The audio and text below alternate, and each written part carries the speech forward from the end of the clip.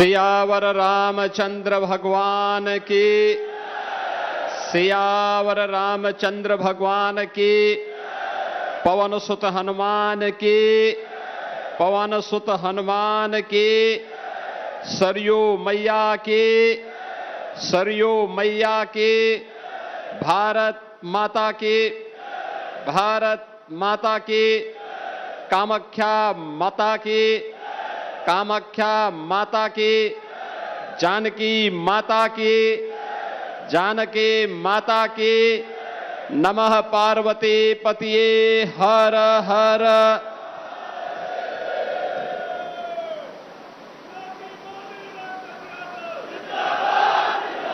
कामाख्या धाम में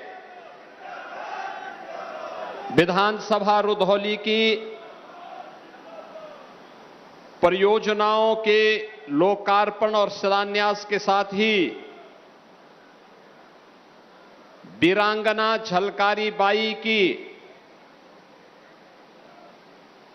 इस भव्य दिव्य अश्वारोही प्रतिमा के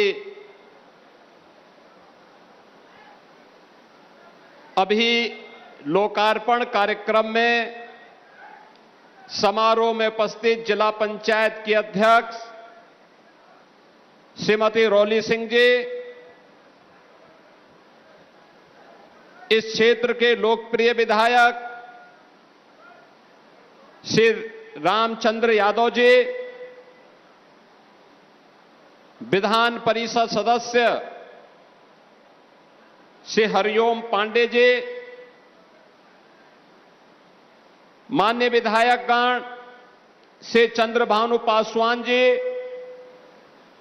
अमित सिंह चौहान जी, अभय सिंह जी, भारतीय जनता पार्टी के जिला के अध्यक्ष श्री राधेश्याम त्यागी जी, निवर्तमान अध्यक्ष श्री संजीव सिंह जी, जिला प्रभारी मिथिलेश त्रिपाठी जी, पूर्व विधायक सेंद्र प्रताप तिवारी खब्बू जी, पूर्व विधायक गोरखनाथ बाबा जी, पूर्व विधायक रामू प्रियदर्शी जी, नगर पंचायत अध्यक्ष श्री शीतला प्रसाद शुक्ल जी, ब्लॉक प्रमुख राजीव तिवारी जी, आज के इस कार्यक्रम में उपस्थित भारतीय जनता पार्टी के सभी पदाधिकारीगण, भारी संख्या में रुधौली विधानसभा और आसपास से जुड़े हुए सभी उपस्थित नागरिक बहनों और भाइयों, आज मुझे रुधौली विधानसभा क्षेत्र में विकास की परियोजनाओं के लोकार्पण, मां कामाख्या धाम में दर्शन करने और देश के प्रथम स्वातंत्र समर की अमर वीरांगना झलकारी बाई के इस भव्य और दिव्य प्रतिमा के लोकार्पण का सौभाग्य प्राप्त हुआ है। मैं सबसे पहले मां कामाख्या के इस धाम को नमन करते हुए रुधौली विधानसभा और कामाख्या क्षेत्र से जुड़े हुए आप सभी उपस्थित बहनों और भाइयों का मैं हृदय से स्वागत करता हूं, अभिनंदन करता हूं। आज यहां पर लोकार्पण हो रही 72 परियोजनाओं और शिलान्यास के लिए 54 परियोजनाओं के शिलान्यास होने के अवसर पर इस क्षेत्र के लोकप्रिय विधायक को बधाई देता हूं। आप सभी का मैं अभिनंदन करता हूं।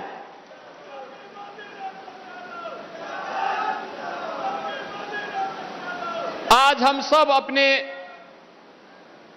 भारत की उस अमर वीरांगना को, जिन्होंने 1857 के प्रथम स्वातंत्र समर के उस पूरे अभियान में देश की आजादी के लिए फिरंगियों को नाकों चने चबाने के लिए मजबूर कर दिया था। ऐसी झलकारी बाई कोरी की पुण्य स्मृति को नमन करते हुए उन्हें प्रदेश सरकार की ओर से और रुधौली क्षेत्र की जनता जनार्दन की ओर से विनम्र श्रद्धांजलि भी अर्पित करता हूं।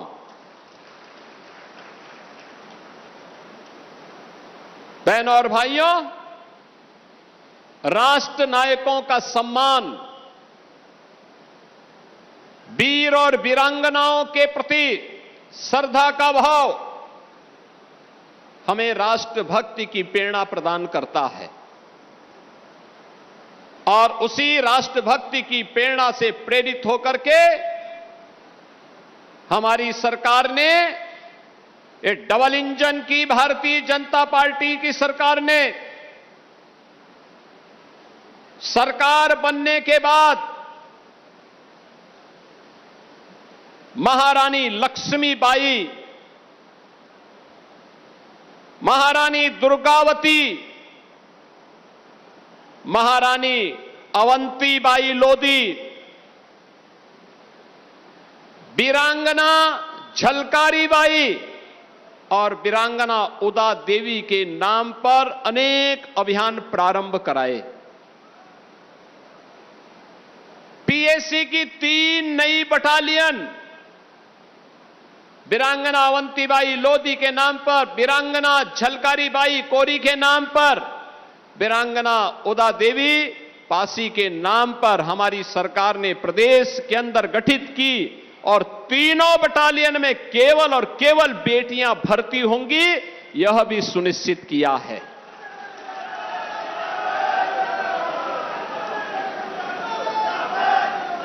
यह भी प्रदेश सरकार ने तय किया। जहां पर भी ये पीएसी की बटालियन गठित हो रही है, वहां पर इन तीनों वीरांगनाओं की, जिसके नाम पर होगा उस वीरांगना की अश्वारोही प्रतिमा वहां पर स्थापित होगी, जो नई पीढ़ी को एक प्रेरणा देगी, राष्ट्रभक्ति की एक प्रेरणा देगी।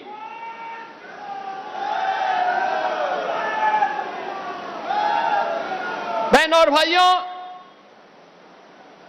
आप याद करिए, देश की आजादी की इस लड़ाई में राष्ट्र नायकों ने, क्रांतिकारियों ने अपना सर्वस्व न्यौछावर करते हुए, राष्ट्र को सर्वोपरि रखते हुए देश की आजादी के लिए उस समय समर्पण भाव के साथ काम किया था। 1857 का समर आजादी के प्रथम स्वतंत्र समर के संघनाद के रूप में जाना जाता है। बैरकपुर में मंगल पांडे ने इसकी लौ जलाई। चिंगारी बैरकपुर बंगाल से निकल करके मेरठ में धन सिंह कोतवाल के नेतृत्व में आगे बढ़ता है। झांसी में इस झंडे को बुलंद किया था महारानी लक्ष्मीबाई ने। 1857 में उन्होंने अंग्रेजों को पीछे हटने के लिए मजबूर कर दिया। वाला की बात है कि 1858 में धोखे से, कुछ लोगों के धोखे से महारानी लक्ष्मीबाई वीर गति को प्राप्त हुई, अन्यथा देश का इतिहास कुछ और होता। गोरखपुर में शहीद बंधु सिंह, उनका अपना एक अमर इतिहास है। देश के अंदर और उत्तर प्रदेश ने इस पूरी कार्यक्रम में बढ़ चढ़ करके भाग लिया। 1857 के बाद अंग्रेजों ने जिस कहरता के साथ क्रांतिकारियों के और भारत के युवाओं को दबाने का कुत्सित प्रयास किया था,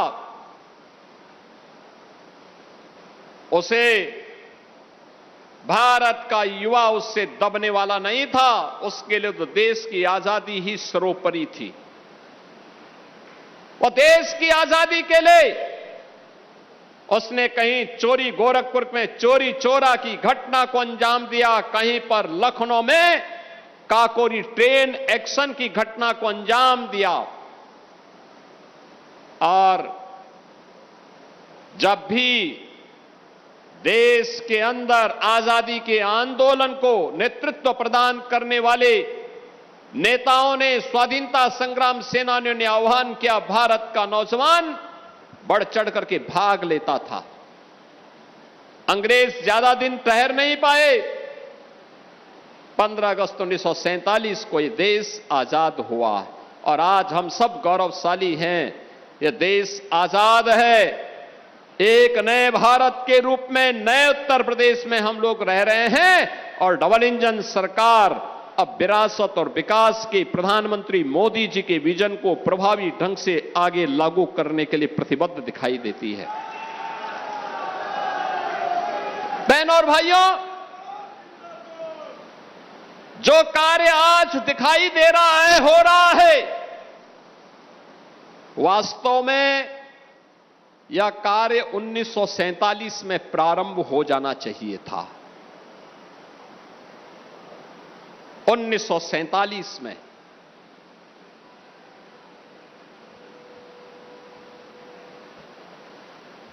आज आप देख रहे होंगे प्रधानमंत्री मोदी जी ने देश की आजादी के अमृत महोत्सव कार्यक्रम के अवसर पर पूरे देशवासियों का आह्वान किया कि अगर भारत को विकसित भारत बनाना है तो इसके लिए हमें 25 वर्ष की एक बड़ी कार्य योजना को ध्यान में रख करके कार्य करना होगा। 25 वर्ष 2022 में मोदी जी ने कहा था। इसके लिए आत्मनिर्भर और विकसित भारत के निर्माण के लिए कार्य करना होगा, लगना होगा, एक एक व्यक्ति को कार्य करना होगा। इसके लिए उन्होंने क्या कहा? पंच प्रण का संकल्प हर एक भारतीय को लेने के लिए आह्वान किया था। 5 प्रण। पहले गुलामी की मानसिकता को समाप्त करना, विरासत का सम्मान करना,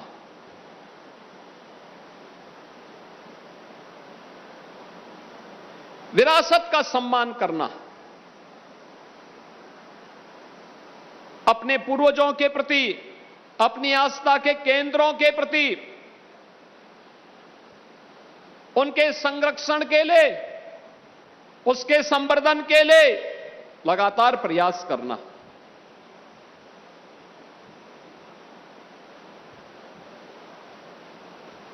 उसके मार्ग में जो बाधाएं हैं उनको दूर करना।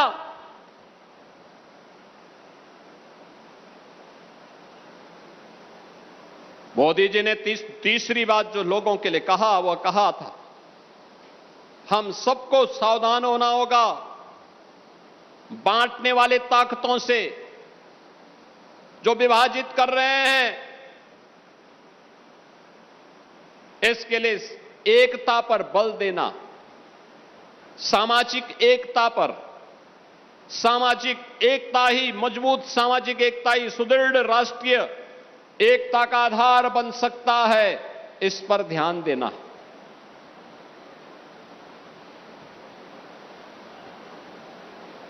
मोदी जी ने कहा कि हमें देश की सीमाओं की रक्षा करने वाले और देश के अंदर सुरक्षा का वातावरण बनने वाले वर्दीधारी फौज के जवानों को और उन शहीदों के प्रति जिन्होंने देश के लिए अपना सब कुछ बलिदान कर दिया है, उनके प्रति श्रद्धा का भाव और सम्मान का भाव हमारे मन में होना चाहिए। आज हम वीरांगना झलकारी बाई का स्मरण कर रहे हैं इसलिए क्योंकि इस वीरांगना ने देश के लिए अपने आप को बलिदान किया। हम अवंतीबाई लोधी का स्मरण कर रहे हैं इसलिए क्योंकि इस वीरांगना ने देश के लिए अपने आप को बलिदान किया था। हम वीरांगना उदा देवी पासी का इसलिए स्मरण कर रहे हैं क्योंकि इस वीरांगना ने देश के लिए अपने आप को समर्पित किया।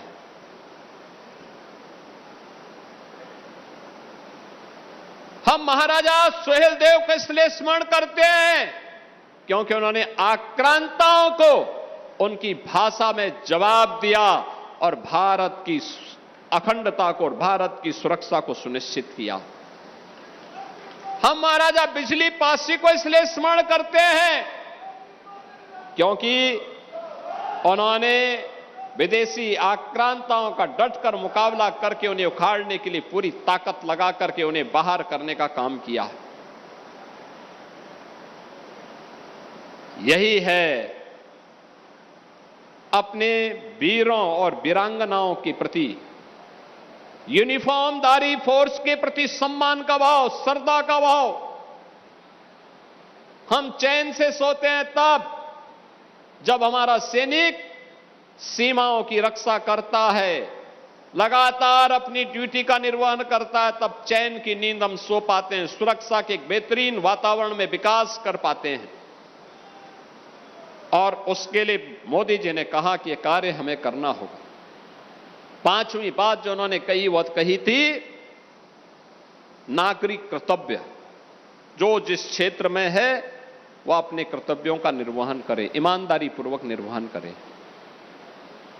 बहनों और भाइयों, हर व्यक्ति अगर अपने अपने क्षेत्र में अपने अपने दायित्वों का निर्वहन करने लग जाएगा, परिणाम आने में देर नहीं लगेगी। एक ग्राम प्रधान अपने ग्राम प्रधान के विकास के लिए, एक क्षेत्र पंचायत समिति का सदस्य अपने क्षेत्र पंचायत के विकास के लिए, एक जिला पंचायत अपने जिला पंचायत के लिए, एक नगर पालिका का पार्षद अपने वार्ड के लिए, चेयरमैन अपने नगर पंचायत के लिए, विधायक अपनी विधानसभा के लिए, सांसद अपने संसदीय क्षेत्र के लिए, एक शिक्षक अपने विद्यालय के लिए, एक छात्र अपने पाठ्यक्रम के लिए, एक व्यापारी विशुद्ध व्यापार के अपने कर्म को, एक अन्नदाता किसान अपने खेतीबाड़ी को। ये सभी अलग अलग क्षेत्र का व्यक्ति जिस क्षेत्र में रहता है उस क्षेत्र में कार्य करने लग जाए, ईमानदारी पूर्वक कार्य करने लग जाए, परिणाम आने में देर नहीं लगेगी। हमने पिछले 9 वर्षों के अंदर प्रधानमंत्री मोदी जी के मार्गदर्शन में उत्तर प्रदेश में जो ये प्रगति की है, ये प्रगति उसी का परिणाम है, सामूहिकता का परिणाम है, सबके सामूहिक प्रयास का परिणाम है। आज उसके रिजल्ट दिखाई दे रहे हैं। जिस उत्तर प्रदेश को लोग आज से 10 वर्ष पहले बीमारू कहते थे, जिस उत्तर प्रदेश के नाम पर कोई पहचान नहीं थी, जहां के नौजवान को नौकरी नहीं मिलती थी, जिस उत्तर प्रदेश का अन्नदाता किसान आत्महत्या करने के लिए मजबूर होता था, जहां पर बेटी और व्यापारी सुरक्षित नहीं थी, उत्सव के पहले जिस उत्तर प्रदेश में उपद्रव हो जाता था, आज उत्तर प्रदेश अपनी शानदार यात्रा को लेकर के चल रहा है। अब देश के अंदर बीमारू राज्य नहीं, भारत की अर्थव्यवस्था का एक ब्रेक थ्रू बनकर के ग्रोथ इंजन के रूप में अपनी भूमिका का निर्वहन कर रहा है। अब यूपी के हमारे नौजवानों के सामने पहचान का संकट नहीं है, ये इसी पंचप्रण का परिणाम है और डबल इंजन सरकार का परिणाम है। इसका श्रेय आपको जाता है। आपने मोदी जी पर विश्वास किया, कमल के फूल पर आपने विश्वास किया। कमल के फूल का विश्वास आज आपको विकास के रूप में मिल रहा है, विरासत के रूप में मिल रहा है, एक नए उत्तर प्रदेश के रूप में मिल रहा है, एक नई अयोध्या के रूप में मिल रहा है और एक नई रुधौली के रूप में मिल रहा है। आप मुझे बताओ ना, आपने रामचंद्र यादव को विधायक बनाया, मैं 2017 में भी आया था, मैं 2022 में भी आया था। आपने रामचंद्र यादव जी को अपना विधायक बनाया तो देखो वीरांगना झलकारी बाई कोरी की इतनी भव्य प्रतिमा की स्थापना हुई। कामाख्या धाम नगर पंचायत बन गया। ये तो ग्राम पंचायत थी, ये नगर पंचायत बन गई। शीतला प्रसाद शुक्ल जी हमारे अध्यक्ष भी बन गए यहां के।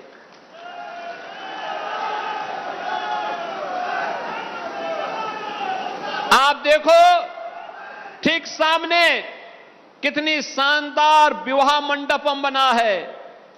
कोई गरीब की शादी ब्याह हो, कोई सार्वजनिक कार्यक्रम हो, कोई मांगलिक कार्यक्रम हो, आसानी से नगर पंचायत के द्वारा यहां पर कोई भी व्यक्ति आकर के कार्यक्रम कर सकता है। 5 स्टार होटल जैसी सुविधाएं दी गई हैं। आप सोचो, ये जो सड़कों का जाल है, ये जो स्वास्थ्य केंद्र बन रहे हैं, ये जो स्कूली केंद्र बन रहे हैं, गरीबों के लिए मकान बन रहे हैं, हर गरीब के घर में शौचालय बन रहे हैं, हर गरीब को फ्री में राशन का लाभ मिल रहा है। ये डबल इंजन सरकार की ताकत है।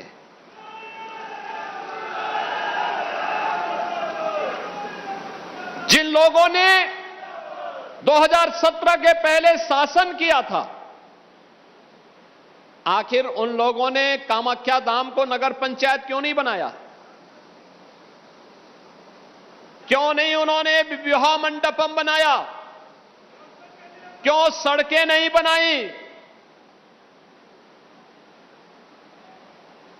क्यों उन्होंने पीएम सूर्य घर मुफ्त बिजली योजना में सोलर पैनल गरीबों को उपलब्ध करवाए? क्यों गरीब को तब राशन नहीं मिल पाता था? क्योंकि उन लोगों में संवेदना नहीं थी, इच्छा शक्ति भी नहीं थी, कर भी नहीं सकते थे। उनके लिए आपका कोई मायने नहीं, उनके लिए तो केवल अपना परिवार ही सब कुछ है। नौकरी मिलेगी तो उनके खानदान को, सुविधा मिलेगी उनके खानदान को, सारी सुविधाएं मिलेंगी उनको। वे वीरांगना झलकारी बाई की प्रतिमा क्यों लगाते? क्योंकि उनको तो कब्रिस्तान की बाउंड्री से ही फुर्सत नहीं था।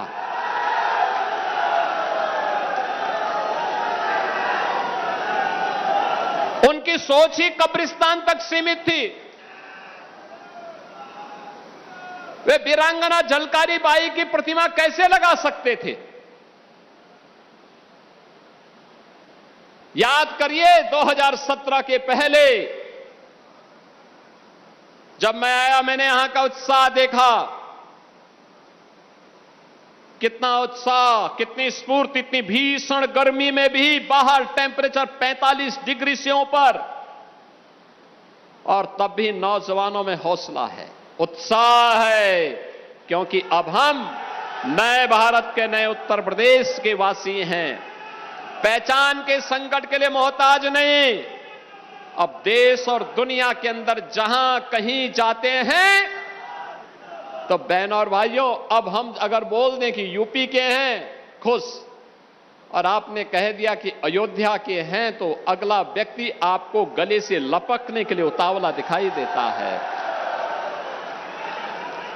इसी अयोध्या के नाम पर, हमारी पावन अयोध्या के नाम पर जय श्री राम का नारा लगाने पर ये लाठी गोली चलाते थे। इनके दोगले चरित्र को देखो। जो कांग्रेस अयोध्या में भगवान राम का मंदिर न बनने पाए, इसके लिए एड़ी चोटी लगाई थी, इसने पूरी ताकत लगा दी थी, और इसने माननीय उच्चतम न्यायालय में शपथ दिया था बड़ी बेशर्मी के साथ में कि राम तो हुए ही नहीं। जिसने आपके सामने स्वयं पहचान का संकट खड़ा किया था, वह कांग्रेस आज अयोध्या पे बड़ी मचल रही है। बोल रही राम भक्तों का अपमान हो गया। अरे तब क्या राम भक्तों का अपमान नहीं हो रहा था? जब आप कहते थे, सुप्रीम कोर्ट में आपके नेता एफिडेविट देते थे, इनकी सरकार बेशर्मी के साथ शपथ पत्र दाखिल करती थी, कहती थी राम हुए ही नहीं, भगवान राम, जगन्यता राम, श्री राम के अस्तित्व पर प्रश्न खड़ा कर रही थी कांग्रेस। आज वो मचलती हुई दिखाई दे रही है। और समाजवादी पार्टी, देखो तो इनका दोहरे चरित्र को। कहती राम भक्तों का अपमान हुआ,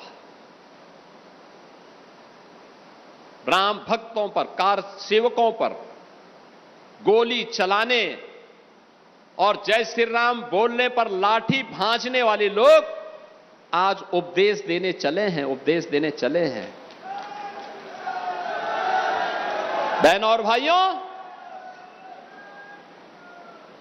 मेरी अपील होगी सभी राम भक्तों से।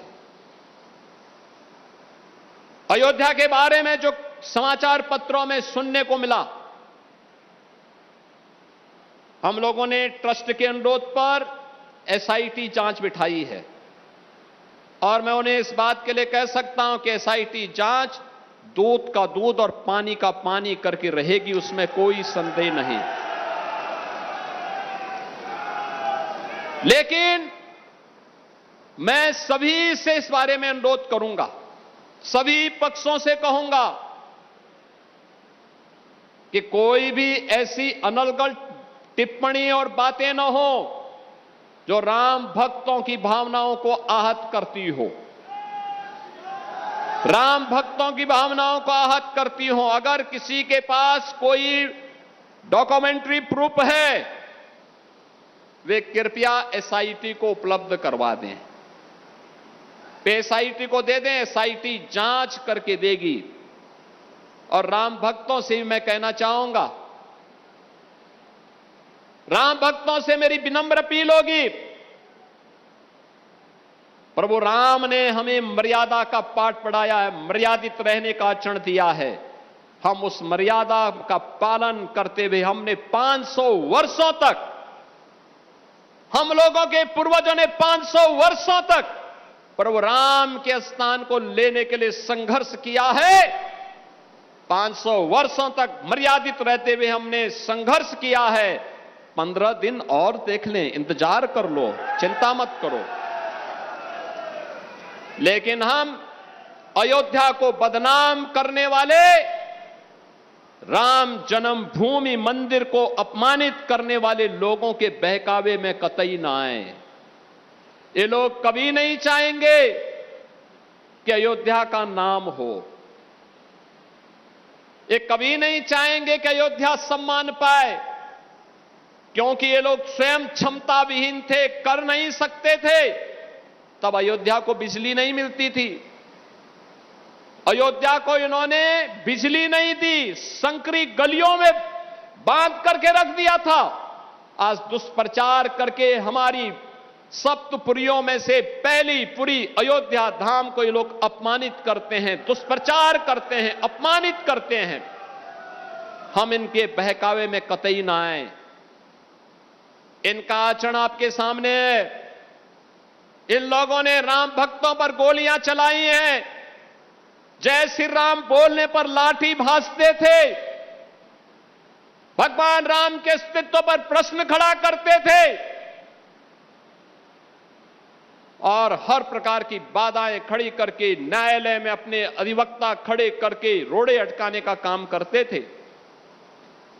ये लोग उपदेश देना बंद करें। एसआईटी गठित हुई है, दूध का दूध और पानी का पानी होगा। मेरी सभी संबंधित से यही अपील होगी, एसआईटी की रिपोर्ट आने तक कोई बयानबाजी कतई न करें, क्योंकि बीच बीच में जब बयानबाजी होती है तो वह जांच को प्रभावित करती है। जांच चलने दें,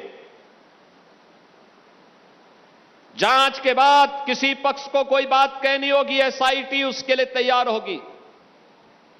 लेकिन अनावश्यक रूप से चरित्र हनन का प्रयास न करें, अनावश्यक रूप से अयोध्या धाम को बदनाम करने का कुत्सित प्रयास न करें। अगर कोई अपराधी है और कोई भी होगा बचेगा नहीं, यह सुनिश्चित है। ये लोग क्या हमें बताएंगे जो लोग राम भक्तों को अपमानित करते थे और जो प्रदेश के कुख्यात माफियाओं के कब्र पे जाकर के फातिया पढ़ते थे, ये लोग आज राम भक्ति का उपदेश हमें देने चले हैं। हम इन लोगों के बहकावे में ना आए। मेरी आप सबसे ये अपील है। आज के इस अवसर पर मैं बधाई दूंगा रुधौली के अपने विधायक श्री रामचंद्र यादव जी को और उनकी पूरी टीम को। अयोध्या का विकास तब हो पाया जब हमारे जनप्रतिनिधि सक्रिय थे, लगातार सहयोग किए, प्रशासन के साथ मिलकर के टीम भावना के साथ आगे बढ़े। परिणाम हम सबके सामने आया। आज अयोध्या एक नई अयोध्या के रूप में दुनिया को आकर्षित कर रही है और यही तो विपक्ष को अच्छा नहीं लग रहा है। अयोध्या सोलर नगरी बन गई है, सोलर सिटी बन गई है। अयोध्या की 4 लेन इनको अच्छी नहीं लगती। महर्षि वाल्मीकि के नाम पर इंटरनेशनल एयरपोर्ट इनको अच्छा नहीं लगता। निषाद राज के नाम पर रेन बसेरा इनको अच्छा नहीं लगता। माता सबरी के नाम पर भोजनालय, गरीबों को मिलने वाले और तीर्थयात्रियों को मिलने वाले भोजनालय इनको अच्छे नहीं लगते। मां सरयू के आंचल में बनी हुई राम जी की पेड़ी इनको अच्छी नहीं लगती।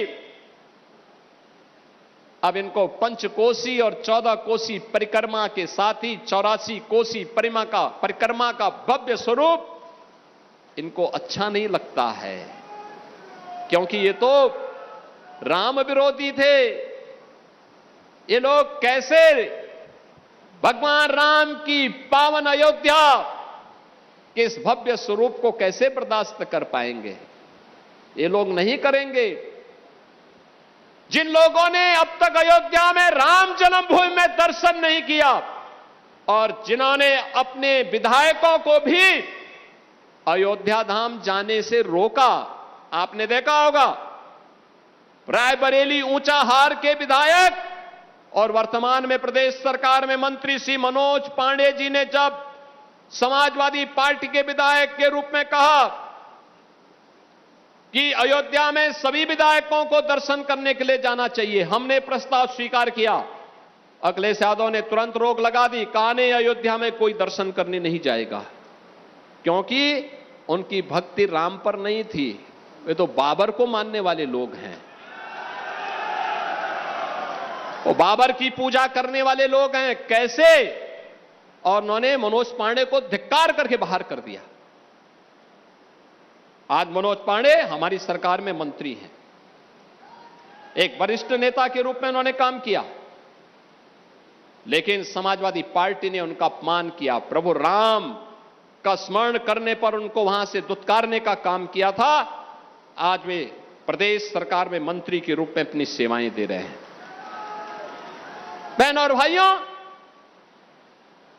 ये लोग कभी अयोध्या नहीं आए, अयोध्या से इनको परहेज है, लेकिन अयोध्या को बदनाम करने की नियति से ये लोग किस किस प्रकार का बाना ओढ़ेंगे, इसको देखते रहिए। और यही अपील करने के लिए आज मैं आपके पास आया हूं।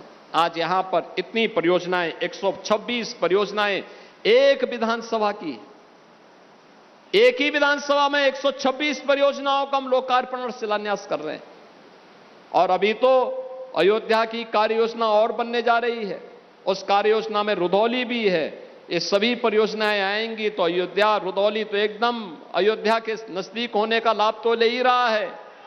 मां सरयू और मां यहां पे गोमती नदी के बीच में इतनी पवित्र स्थल,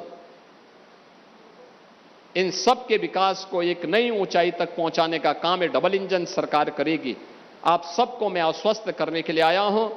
लेकिन मैं इस बात को मानता हूं, हमारे सभी विधायकगण जो भी मेहनत कर पा रहे हैं, जो भी प्रयास करके ला पा रहे हैं, ये मेहनत उनकी है, लेकिन श्रेय आपको है, क्योंकि आपने उनको चुन करके भेजा है।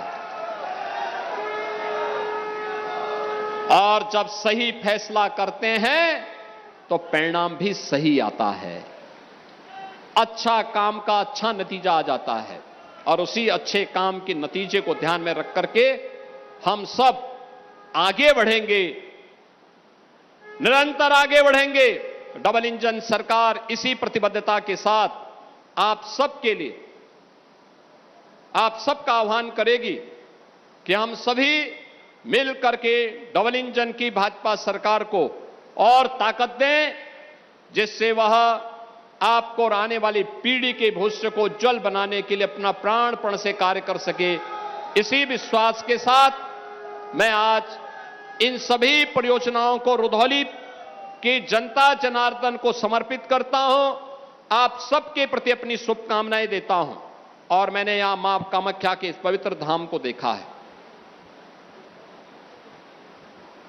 हमने महसूस किया यहां विकास होना चाहिए, धाम को स्वरूप अच्छा आना चाहिए।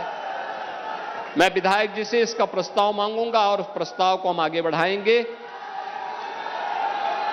इस विश्वास के साथ आप सभी के प्रति मैं अपनी शुभकामनाएं देता हूं। मां कामाख्या से प्रार्थना करता हूं कि इस क्षेत्र में खुशहाली लाएं, सुख और समृद्धि को आगे बढ़ाने में उनकी कृपा बनी रहे। इस विश्वास के साथ आप सबके प्रति मेरी मंगलमय शुभकामनाएं हैं।